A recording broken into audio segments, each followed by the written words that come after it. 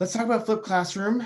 I put together just a little, little slideshow thing here, and I'm going to make sure I'm sharing sound as well.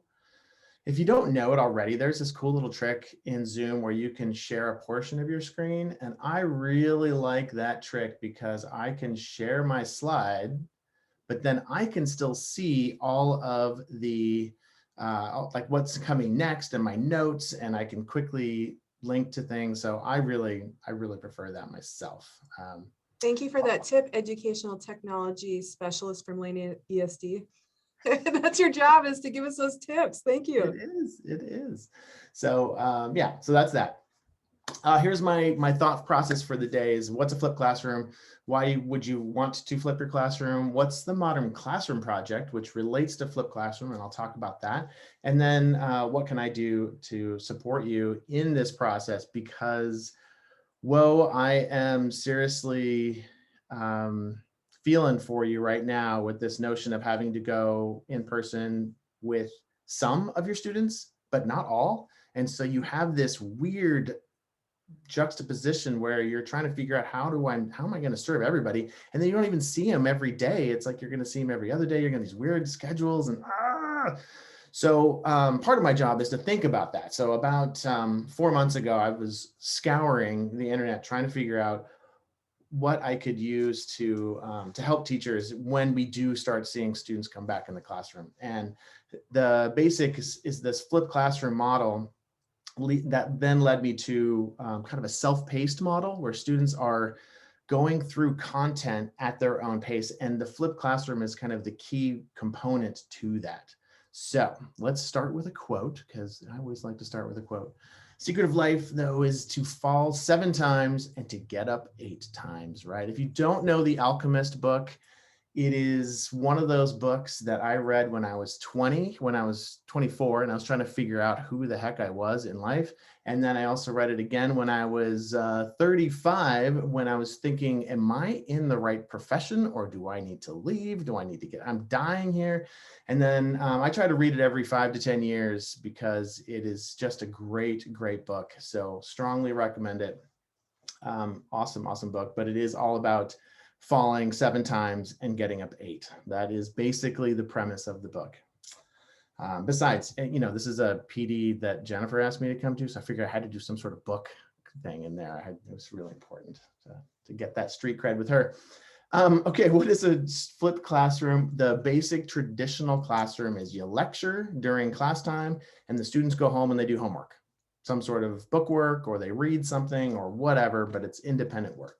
And the idea with the flipped classroom is you just switch that up so that in class, the students are doing practical application of the work, and all the lecture or all the instruction is all done at home for homework. Now that's beautiful in premise, and Kat already mentioned this before. It's like, it's awesome when it works, but then what do you do when the students don't do that? And that was my case at Kelly. A lot of students who either don't have access to technology at home, or I was burning DVDs trying to get them information, and they said, oh, I can play the DVD in my Xbox and that kind of thing. Hey, can I chime in real quick? I just want to say that has always been one of the reasons why teachers say we can't do it, is because kids don't have access. But we just expanded access to technology for our entire country in our globe. So there's that. So just, I wanted to throw that out there with our Chromebooks. Sure. It's like, I think you probably heard this a lot already. There are a few upsides to COVID. And one of them is that now we actually, like, the districts were forced to get enough technology for each and every student. Not that they have connectivity at home, right? I mean, I realize that there's still limitations and issues, but at least they have that technology, so they're one hurdle beyond, I guess. So yeah, I guess I will just start with that part. So that's the basics of what a flipped classroom is. And there are lots of advantages and disadvantages. And I'm going to start with the disadvantages because, I think that's what always pops into my head at the beginning. So we already talked about the access to technology. That's a major issue. It is a lot of upfront work. To create all of your own videos, it takes time and it does take effort. There's no way around that, especially if you're not strong at videos, which was, again, one of one of the big hurdles early on in years past. But now most of you, I'm assuming, have already been making videos of one form or another. So you kind of know, well, I like Loom or I like Screencastify or whatever program that you use. You have a process in place to do at least something. And so that's huge, just having that idea of how to do that, and then take that video and put it into your LMS or into Google Classroom. That's awesome. It does increase screen time, but that's not a problem right now because that's all they get. So that's not an issue at the moment, at least. And then for certain subjects, yeah, I mean, I think it is a little harder. Math is a no-brainer. It is so much easier, I think, because this is what I did years and years and years ago. I used it in math because it's just so great. Here's this little instructional piece. Now let's practice the concepts. Here's another instructional piece, and here's the instructional concepts. And because they do build on each other so much, it's easy to have a student to say to a student, oh, go back and look at the one-step equations because you're not getting two-step equations. So let's go look at one-step equations again. All right, so those are some of the major disadvantages. Any other disadvantages that people are thinking up right off the top of your head? I would love to add to my list if you have any. Yeah, Alyssa. I some say for me, I would think like, okay, I've assigned a video or something. What about the kids who just don't do their homework? Yep. How do you jump in with it in class? Exactly. Okay, cool. Which, thanks for asking that. Any other disadvantages before I move forward? Thanks for bringing that up, Alyssa, because that was an issue that I had for sure. All right. Well, let's start with advantages. One of the greatest advantages of it is that you're not lecturing in class anymore. And so what do you do with the student who didn't do the homework? Well, you have them take out their iPad and they watch the video while everybody else is doing the lab or engaging and engaging with their friends. And they're like, what the are you kidding? No, I don't get to talk with their friends. I have to go sit in the corner and listen to a freaking video. No way. So I did find that, again, this is assuming the student has the ability to watch the videos at home, right? So I always had a group of students. There was usually 3 or 4 in each class who didn't have any access. And oftentimes, honestly, they would come in before school. They would get off the bus, go grab their breakfast, come down to my room and watch the video before class so that they could be in the group engaging with their friends, because that's really what they wanted. And or at lunchtime or whatever, after school, whatever worked in their schedule. So that's one of the things I like, is it's not an interruption in the instruction because all the instruction is in the video. So that's one thing that's pretty cool. Students can access that at any point in time. You know, you have that student who's like, I don't get it. Can you say that again? I don't get it. Can you say that again? And so, well, they can stop, rewind, and watch the video as many times as they want to. They can go home and they can watch it with their parents. I had at least a dozen parents over the course of that year who said, thank you so much for making those videos because I don't remember how to do these math problems. Right? It's been so long since I went through middle school math. I couldn't help them, but with your video, I could watch it. I could sit down next to them and go through it with them. And then we could get it, we could figure it out together. And they said there was one parent who said it was like almost a bonding experience between her and her child because they weren't fighting over it anymore. They were learning together. And so it was pretty cool. I didn't mention this in my advantages list here, but it also works for IAs as well. People that are coming in to support you in instruction. Sometimes they don't necessarily remember exactly how to do this kind of problem, or maybe your methodology of doing the problem. And so it helps them to work through it, which I think during LIPI in particular, the limited in-person stuff is going to be really helpful for your SPED teachers, to give them another resource to work with students outside of your regular classroom. So cool stuff there. We mentioned a student can review over and over again, right? They can watch as many times as they want to. New and absent students, right? So how many times does a student come up to you? I was absent yesterday. What did we do? Or more important, more usual, it's like, do we do anything important, right? That's the usual question. So it's like, yeah, here's the video, go watch it. Or, you know, if they're only moderately sick, which I've got a feeling that a lot more students, when they are getting symptoms, they're just going to stay home now, right? Because like, let's not let's not infect the whole group. Or if they come to school, maybe they'll wear a mask. I don't know, but they'll have access to the videos because they'll be online already for them. So that's pretty cool. New students, that was always a tricky thing. You know, they would show up and you're like 3/4 of the way through a unit. And it's like, oh, how am I going to engage this student and where we are? And so they can watch some of those videos and do some catch-up work. Students who are behind, you know, what can I do to improve my grade? Classic one. And you say, well, go watch the videos, figure out how to do this concept and show me that you know how to do it. No problem. Retake that test. It's great. Love it. Okay, no problem. And then the part that I liked the most was the interactions that I could have in class. So instead of being up at the front saying, okay, here's how you solve this problem, I was walking around and goofing with them and having fun and talking to them about their basketball game and all that. While I might be disrupting these 3 students or 4 students, but I'm not disrupting the whole class. And it's engaging. It's just a really great opportunity to build relationships. And then I move to the next table and I disrupt them. And every once in a while they would say, like, Dawson, we're in the middle. Go get out of here. Go to the next table. Stop bugging us. So that was always my favorite when that happened. So lots of advantages, in my opinion. As you can probably tell, I'm a little bit excited about it. So questions that have come up. Ooh, lots in the chat here. Any questions? Jen, what were your other advantages? People were just mentioning, Kat is saying that, you know, flipping your lessons is actually so beneficial to the other teachers, especially we're in this mixed CD. Some teachers are just CDL, some are hybrid. And then I was mentioning, I was taken off of what you said. I think flipped lessons are great for curricular alignment. I used to work with a high school 9th grade English team of 6. There were 6 teachers covering 500 students.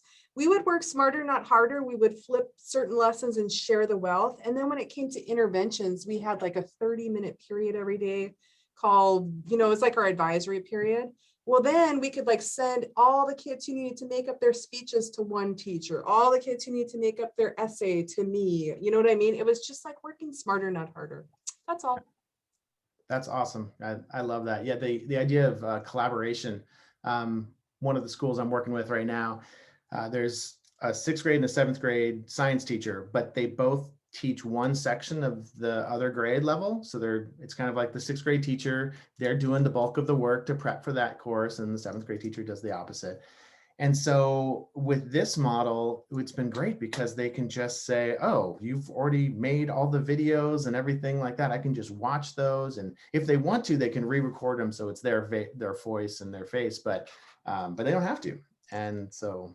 Hey, one quick comment from Lisa Utz is smaller length of videos, chunking smaller videos, which yes, I firmly believe in the 3-minute video and no more than the 15-minute video when I was doing writing mini lessons. Can you say something about length and time of videos, Dustin? Yeah, you bet. 15 minutes and your students are off doing something else. No question. Even 10 minutes and they are like, they're getting in a la la land. 6 minutes seems to be the optimal max. So after 6 minutes, it's a sharp decline in attention span. So anywhere between 3 and 6, I think, is typically pretty solid. And then, yeah, so that's the chunking piece. And then to go along with that is this notion of just one objective, one piece, whatever you're trying to get across, just stick with one of them. Don't try to do 3 things or even 2 things. Just one piece of information. Keep the content really nice and tight. Don't worry about talking too fast because, again, they can pause it, they can rewind it. In YouTube, they can actually even change the speed so they can listen to it at 3/4 speed if they want to, if you're talking too fast. But the danger is to talk too slow because most students start to get kind of lulled into sleepiness when the pace is a little bit slow and monotone, right? We know those monotone things. So we try to keep it exciting and weird and unique. And you have little, oh, I didn't bring my character. I have a little stuffed animal that can jump in through the screen every once in a while. And the students are like, what was that? What's going on? So weird stuff. I'm a middle school teacher. So weird is kind of our standard, our usual. So yeah, this is a flow chart that Modern Classroom Project has put together. And again, I'm going to share what that is in just a second, but it's really good for thinking about your instructional video part. So you spend a lot of time on your planning, kind of what is it you want to say? What are your objectives? What exactly are the steps you want to have them go through? And how do you want them to engage with the content? So really spending a lot of time on your planning. And then you do your recording, and they recommend one take. So none of this like, oh, I said this a little bit wrong, or oh, I made a mistake on that. Let me re-record it or edit out that piece or add these things. No, just, you don't have time for that. Just record it once. And if you make some mistakes, well, you know, I made mistakes every day when I taught too. It's just like that happens. And so then you can make it a game, right? You can tell your students, okay, notice my mistake. Where did I mess up in my video? And it's worth a bonus point or whatever, however you want to run it, whatever incentive. So then you do your recording, and then you go into the enhancing, and enhancing basically means trying to figure out ways to have your students engage with the content. So it could be notes if you want to have them take guided notes as you're going through it. It could be Edpuzzle or Nearpod, or I don't think, last I checked, Pear Deck does not allow you to embed a video and then embed questions. Do you know if that's true, Jennifer? I'm going to check into that right now. I'm going to Google it. I know Nearpod can do that, and then Edpuzzle, that's their design. And there's another one, and I'm blanking on the name of it right now. It's like Think It, or I can't remember. Anyways, there's a couple different programs out there that allow you to have the students watch it, and then it automatically pauses, and then it asks them a question. It could be a multiple choice question, or it could be like a short answer. Yeah, Edpuzzle is a little frustrating if you don't have the paid version, because you can only make or store like 7-10 videos, something like that. That's a little bit frustrating, but there's other ways to get through that too. So some sort of enhancement, so students are engaging with it, and then the sharing part of it, just getting it out to them through Google Classroom. So that's all that. Yes. Enhancement programs would be good for future PDs. Agreed, Melanie. Definitely. All right. Any questions about that's just like my quick blurb on instructional videos. Any questions about that before I talk about self-paced instruction?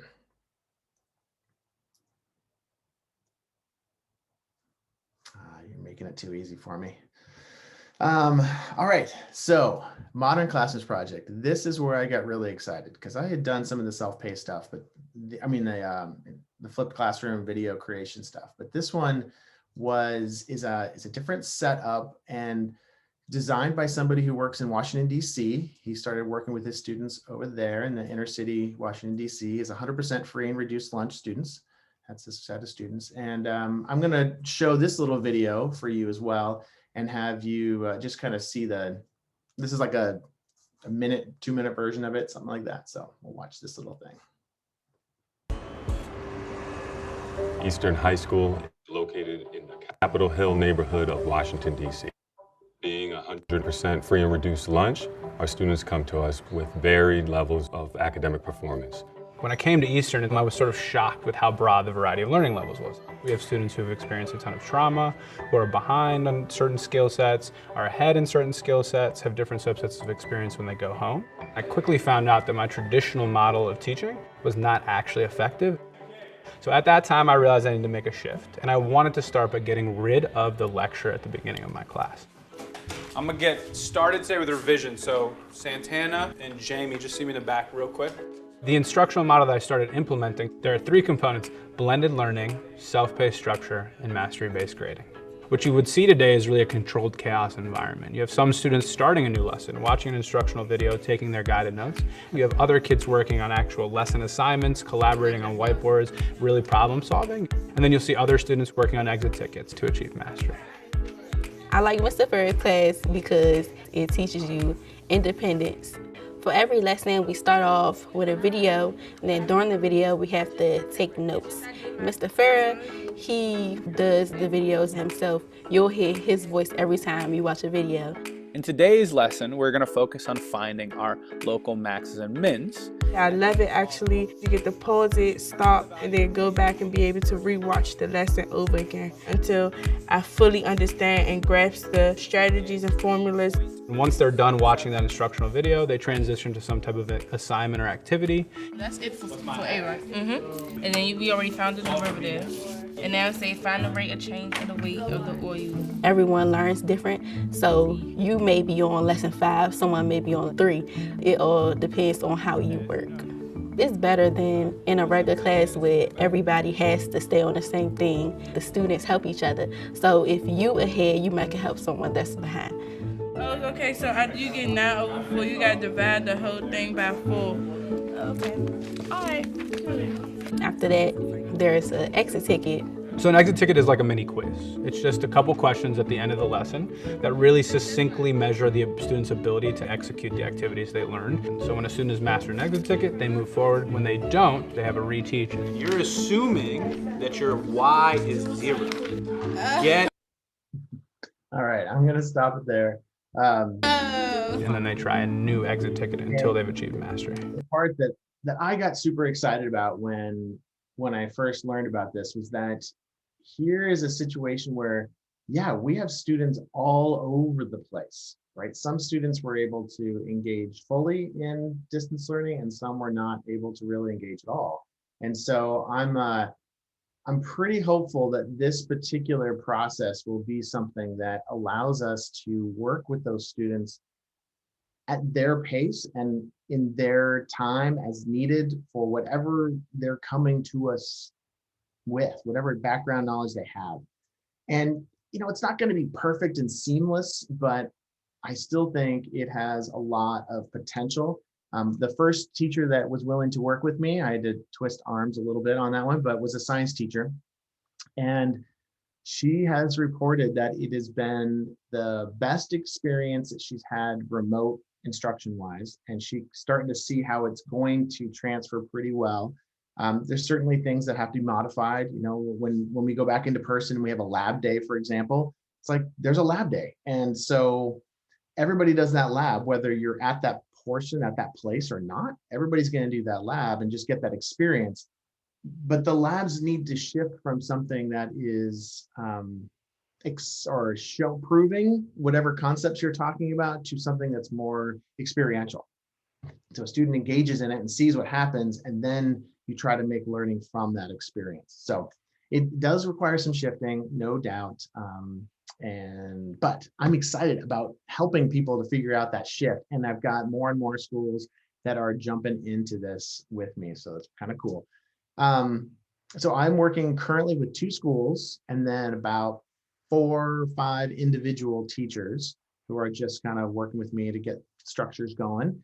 So I can certainly help any individual with making videos. Like if you haven't made any videos yet and you're a little bit nervous about doing that, I can help you with that piece. If you are somebody who just wants to learn how to get your videos up to the next level, I'm happy to do that too. I have examples of lessons that are out there. I have templates that I've created. So I'm starting to create, I've got one for Canvas and I've got one for Google Classroom, and now I'm working on Schoology, which isn't important to you, but I've got some templates for how this might look in those different classes. I can be a thought partner. A lot of the people, there's like 3 of the teachers that I'm working with. I'm just a thought partner. They just want to bounce ideas off of me, and then we can talk things through and all that, and problem solver too for any of those kinds of issues. Show 344. We're at 345. I was like, whoa, this is gonna go quick, but I'm pretty excited about this. I really have a lot of hope that this will provide some sanity for teachers and students and some opportunity for them to kind of work at their pace and be able to grow. One piece of feedback I have gotten from the teacher that has been using it is that she said, it's weird because I'm not teaching to the middle anymore. I'm teaching to the outsides, right? And so it's like this particular model is the best for the students who are always bored in your class and who are always lost in your class. It's the best for those 2 groups. And then everybody in the middle, it's basically the same. It's not a whole lot different for them. So that part was pretty cool to hear from her. So So questions, thoughts? Thanks for putting the link in there. I have a question.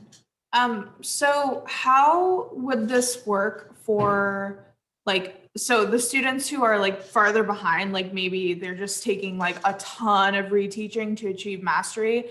Like that's great, but then when you get to the end of a grading period, they're way behind their other classmates and they haven't hit all of your, material you're supposed to cover. How does that work?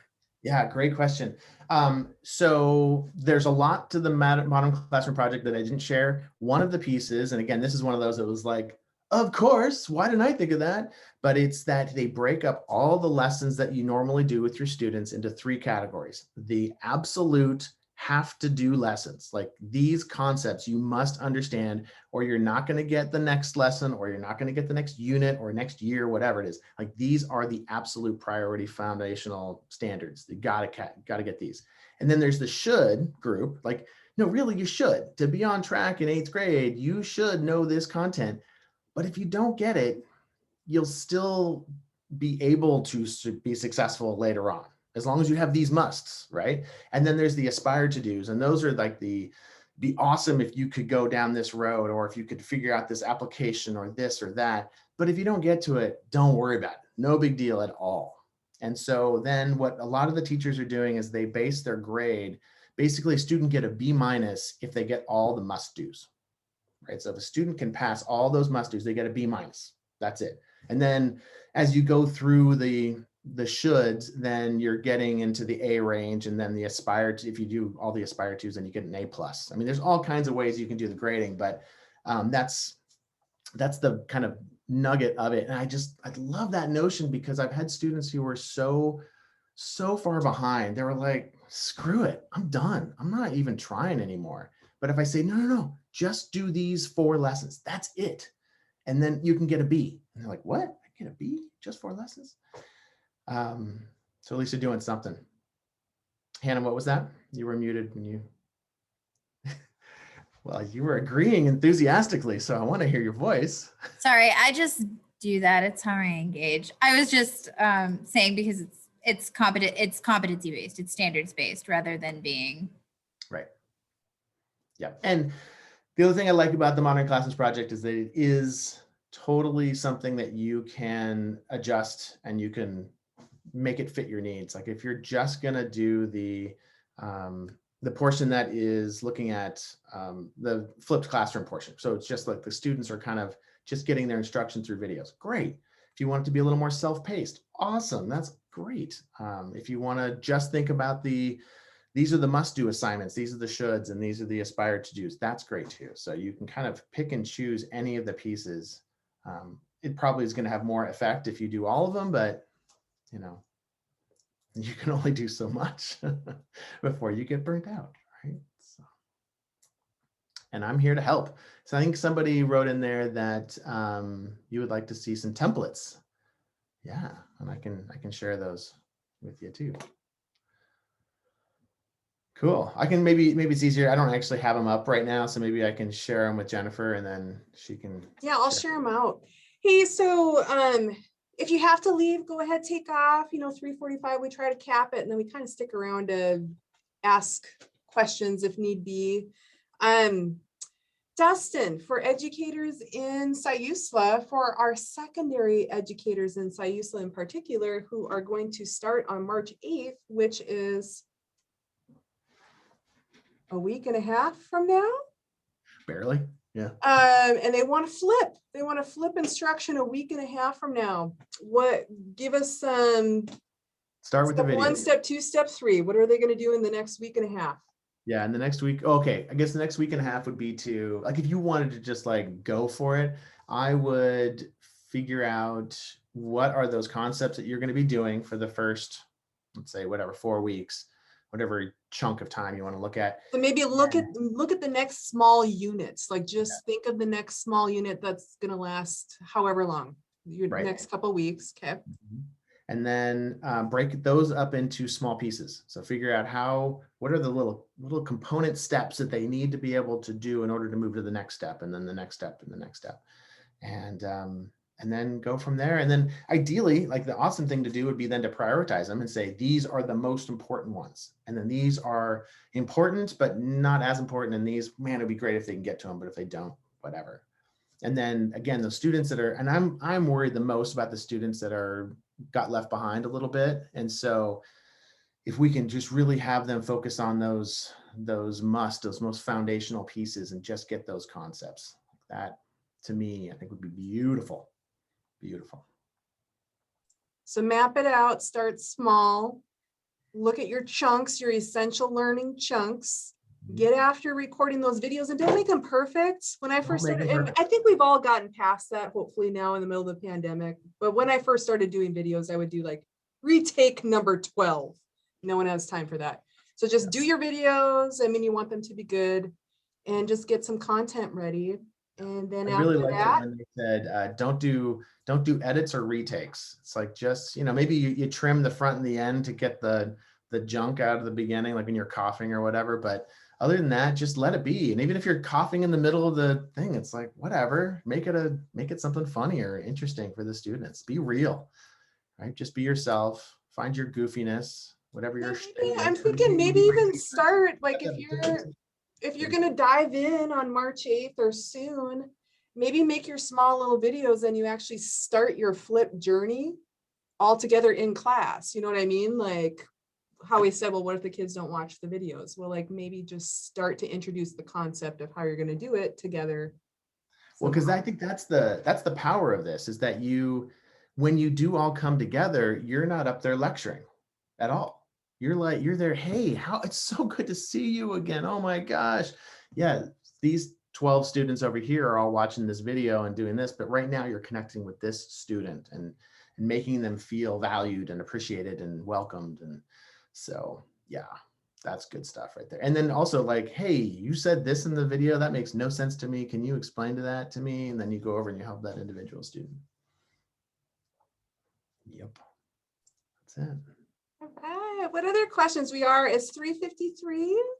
What other questions? Well, we have our expert on the line. And if there are no questions, that's fine too. Dustin, if anyone wants your help, they just email you. Is that correct? Yep, I put my phone and my email in the chat, I think, but I'll do it again. I think it's still there. Yeah, just call or email me, and we can chat. We can find a time. Lauren, you're hilarious. Lauren says that she's bribing students with art supplies to watch her videos. Is it working? Kind of, sort of. Not as much as I thought it would. So I'm going to stick with it a few more weeks and see if I just tell them I'm bribing you right now to watch the video. I like to just be transparent. So. Yeah. That's awesome. Yeah, I mean, another thing to do is just to put something weird in there, something for them to find that's just kind of, I don't know, strange or unique, whatever.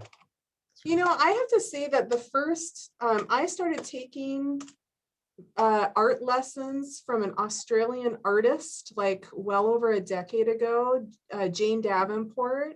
She is the most lovely, beautiful, vivacious on camera, amazing educator. She's the best teacher I've ever had, and I've never met her in person, and I will. It's my bucket list to go to Australia and take one of her in-person retreat classes. But I think she's just amazing, and she's just has such a good camera presence. So I think that is important to remember in this environment. Like, play with your camera, have that camera presence.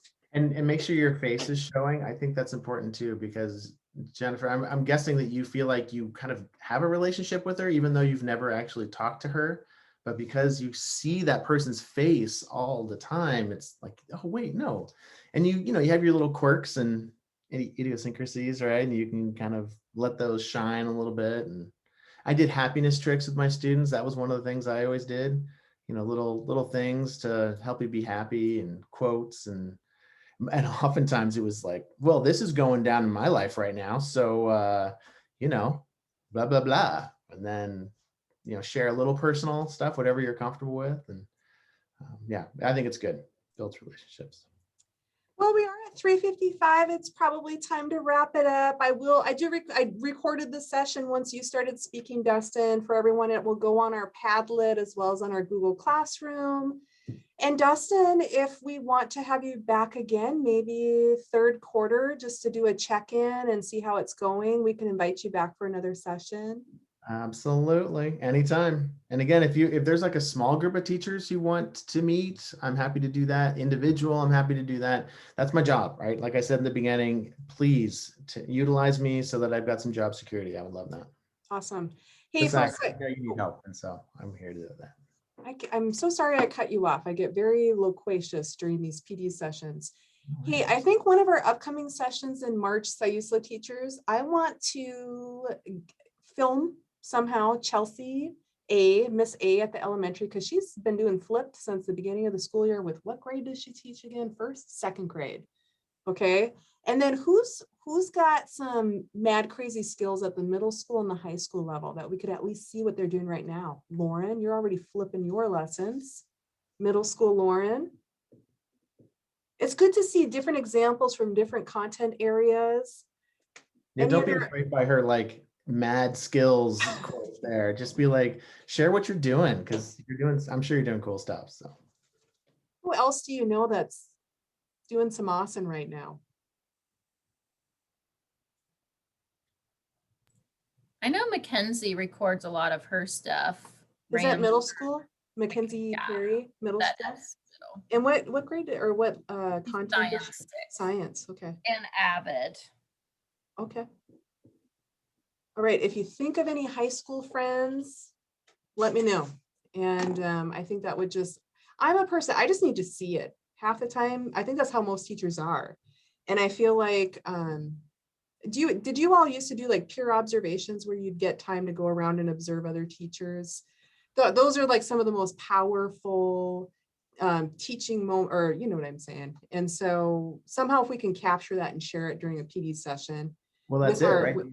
These videos, you can do just that. You can actually watch a teacher instructing and be like, oh, that's a great way to do that. I never thought of it. So. Yeah, and like you said, maybe really 3 no longer than 6-minute videos of our Siuslaw teachers doing a flipped thing, I think would help people. So, okay, we'll wave goodbye, everyone. Thank you so much, Dustin. I will be in touch. I think I have an overdue STEM library thing I need to get back to you soon. So it's coming. Gosh, no, we're just so worried about that right now because there's so much rental going. Thank you for everything that you do. You're so amazing. And such a pleasure I hope to meet you someday in person. I am certain that we were. I will.